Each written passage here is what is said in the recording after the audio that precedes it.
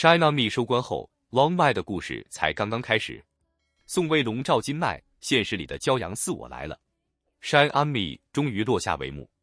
一部剧结束，通常意味着演员告别角色，观众也慢慢回到现实。可是这一次情况好像有点不一样，因为对于宋威龙和赵今麦来说，真正让观众舍不得的，似乎并不只是林宇森和聂曦光的故事，而是那个从剧里延伸到剧外的名字 Long Mai。宋威龙加赵今麦，一个是冷感清俊、镜头感极强的男演员，一个是灵气十足、自然感很强的年轻女演员。当两个人站在一起的时候，最奇妙的地方不是谁主动靠近谁，而是他们之间那种非常自然的氛围。没有刻意营业的时候，反而更容易让人觉得真实。所以 Shine on Me 结束以后，很多观众真正开始期待的已经不是下一集剧情，而是一个问题：Long Mai 的故事真的结束了吗？第一章是角色的相遇。剧里的林宇森和聂曦光本身就是两种完全不同的能量。林宇森成熟、克制、理性，聂曦光明亮、直接、充满生命力。一个像冬天里的深色外套，一个像突然照进房间的太阳。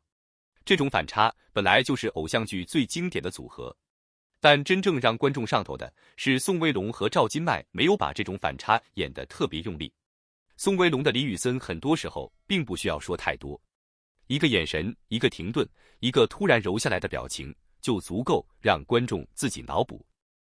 而赵今麦的聂曦光则完全是另一种节奏，他的情绪很轻、很快，也很有感染力。于是两个完全不同的表演节奏碰撞在一起，反而形成了一种非常舒服的化学反应。这也是为什么很多观众在追剧的时候会产生一种错觉，好像不是在看演员演情侣，而是在偷看两个很有故事感的人谈恋爱。第二章是所谓的 Long Mai 感。什么叫 Long Mai 感？其实它很难用一句话解释，因为真正的 CP 感并不只是身高差、颜值差，也不是站在一起好看这么简单。CP 感最重要的是两个人放在同一个画面里之后，会不会让观众自动开始关注他们之间的距离，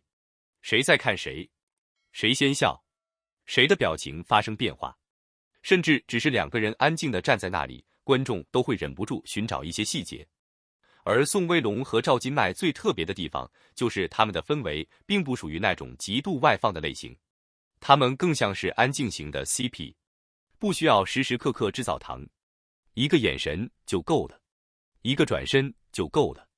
甚至一个非常普通的并肩画面都可能被观众重新剪出来，然后变成新的讨论素材。这就是所谓的后劲。剧播的时候大家在磕角色，剧结束以后大家开始回看演员，而当观众开始从角色跳出来看宋威龙和赵今麦本身的时候， Long Mai 这个名字自然就越来越有存在感。第三章也是最让人兴奋的一章。 Shine on Me 结束以后，故事反而出现了一个非常有意思的空白期，没有连续更新的剧情了，没有下一集可以等了，没有新的名场面了。可是偏偏在这个时候，观众对两个人的关注没有立刻消失。为什么？因为一部真正有 CP 后劲的作品，最大的特点就是它结束了，但是观众还没有出戏，大家开始重新看花絮，重新看采访，重新看同框，重新回忆剧里的那些细节，然后突然发现原来以前没有注意到的地方，现在全部变得有意思了。这就是 CP 文化非常神奇的地方，它并不完全依赖剧情，剧情结束只代表官方故事结束，但观众自己的故事才刚刚开始。第四章是二搭两个字为什么如此敏感。对于 Long Mai 来说，最容易让粉丝心动的当然还是两个字，二搭。但这里必须说清楚，期待二搭不等于二搭已经确定，期待两个人再次合作也不等于两个人现实中存在任何超出合作关系的关系，这两个概念必须分开。真正有意思的是，为什么观众会如此期待？答案其实很简单，因为第一次合作已经证明两个人在镜头前是成立的。那么如果下一次他们再次合作会发生什么？如果是完全不同的人设呢？如果宋威龙不再演冷感成熟男主，而是换成一个更加外向、更加危险的角色呢？如果赵今麦不再是明亮元气型女主，而是挑战一个完全不同的女性角色呢？甚至如果两个人直接从现代爱情剧走进悬疑、职场、年代或者轻喜剧，那种未知感本身就是最大的吸引力。所以粉丝期待的其实不只是再看一次林宇森和聂曦光，而是想看看宋威龙和赵今麦下一次还能擦出什么样的火花。第5章是宋威龙。很多人认识宋威龙是从他的外形开始，但真正走到今天，他身上最大的标签已经不只是帅，他的优势依然是镜头表现力。尤其是在近景镜头里，他非常容易形成一种安静的压迫感，不需要大量台词，脸部微表情本身就是信息。而林宇森这个角色又刚好给了他发挥这种优势的空间，所以观众看到的并不仅仅是一个偶像剧男主，而是一个逐渐从外形吸引力走向角色吸引力的宋威龙。这也是为什么《山安密》结束之后，大家仍然在讨论他的下一部作品，因为观众已经开始产生一个新的期待。宋威龙下一次还会给我们一个什么样的男人？第6章是赵今麦。如果说宋威龙负责的是氛围，那么赵今麦负责的就是生命力。他身上有一种非常明显的少年感和灵气，这种灵气不是单纯的可爱，而是他很容易让角色看起来像一个真正生活在现实世界里的人，会开心，会犹豫，会犯错，会突然嘴硬，也会在某一个瞬间突然成长。所以聂曦光这个角色之所以容易让人产生代入感，并不是因为他完美，恰恰是因为他不完美。而赵今麦把这种不完美演得很自然，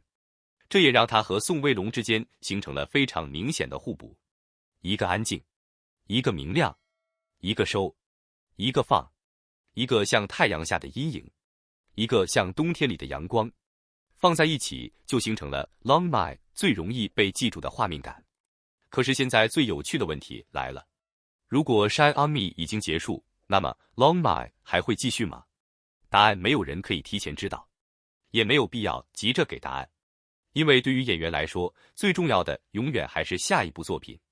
对于观众来说，最幸福的事情也许不是强行寻找一个现实中的结局，而是保留一点想象空间，可以喜欢他们的角色，可以欣赏他们的合作，可以期待他们再次同框，也可以在没有任何官方答案的时候，安静地把这段故事放在自己的青春记忆里。这其实才是 CP 文化最浪漫的一部分，它不一定需要一个现实结局。有时候，一部剧结束以后，两个人各自继续向前，而观众偶尔回头看看那个曾经让自己心动的画面，就已经足够了。所以 Shine on Me 结束了，林宇森和聂曦光的故事也许已经完成了最后一页，但宋威龙和赵今麦的演员道路还远远没有结束。至于 Long Mai， 也许它不是一个答案，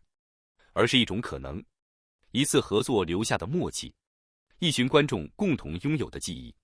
以及一句大家都还没有说出口的话。如果未来真的还有下一次合作，会不会又一次让我们心动？你觉得宋威龙和赵今麦还有没有必要二打？如果有机会，你最希望他们下一次挑战什么类型？欢迎把你的答案写在评论区。也许 Shine on Me 已经结束，但属于 Long Mai 的故事才刚刚翻到下一页。